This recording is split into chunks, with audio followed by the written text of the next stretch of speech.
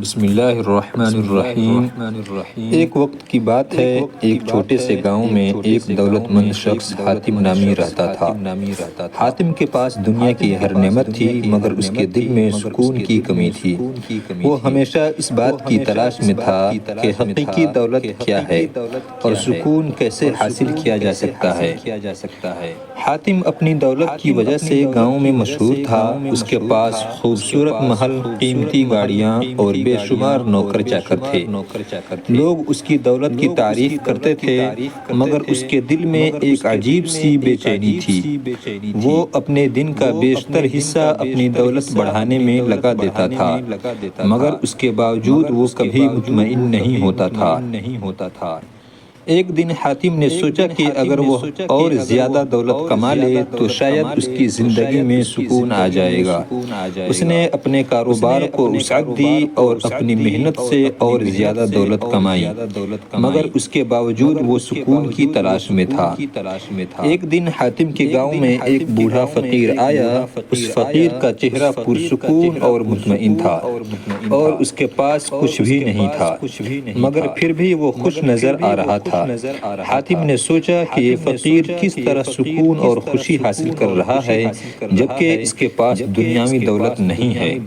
حاتم نے فقیر سے ملاقات کی اور اس سے پوچھا، تمہارے پاس کچھ بھی نہیں ہے مگر پھر بھی تم اتنے خوش اور مطمئن نظر آتے ہو، اس کی کیا وجہ ہے؟ فقیر نے مسکراتے ہوئے جواب دیا، حقیقی دولت پیسے یا مادی اشیاء میں نہیں ہوتی، بلکہ سکون اور خوشی دل کی حالت میں ہوتی ہے۔ جو لوگ اپنے دل کو مطمئن کر لیتے ہیں وہی حقیقی دولت مند ہیں۔ حاتم نے سوچا کہ یہ کیا بات ہوئی، دل کا سکون، یہ کیسے ممکن ہے؟ اس نے فقیر سے مزید سوالات کیے اور فقیر نے اسے ایک راستہ دکھایا۔ فقیر نے حاتم کو مشورہ دیا کہ وہ اپنی دولت میں سے کچھ حصہ ان لوگوں کو دے جو ضرورت مند ہیں۔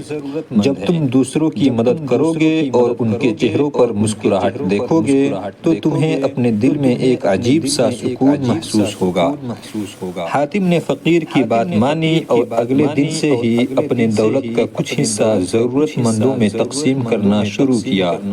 اس نے گاؤں کے غریب لوگوں کے لیے کھانے پینے کا انتظام کیا، بچوں کے لیے اسکول قائم کیا اور بیماروں کے علاج کے لیے ہسپتال بنوایا۔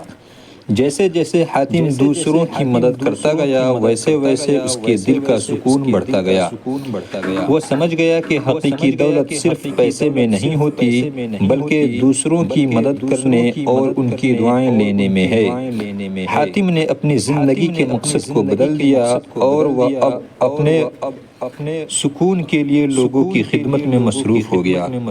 حاتم کا دل اب پرسکون تھا اور وہ حقیقی خوشی محسوس کرنے لگا تھا۔ اس نے سیکھا کہ دولت کا اصل مقصد لوگوں کی مدد کرنا اور ان کی زندگیوں میں بہتری لانا ہے۔ حاتم کی کہانی ہمیں یہ سبق سکھاتی ہے کہ حقیقی دولت صرف پیسے سے نہیں ہے بلکہ دوسروں کی مدد اور دل کا سکون ہے۔ اگر ہم اپنی زندگی میں دوسروں کی مدد کرتے ہیں اور انہیں خوش دیکھتے ہیں تو ہمیں اپنی زندگی میں بھی حقیقی خوشی اور سکون ملتا ہے۔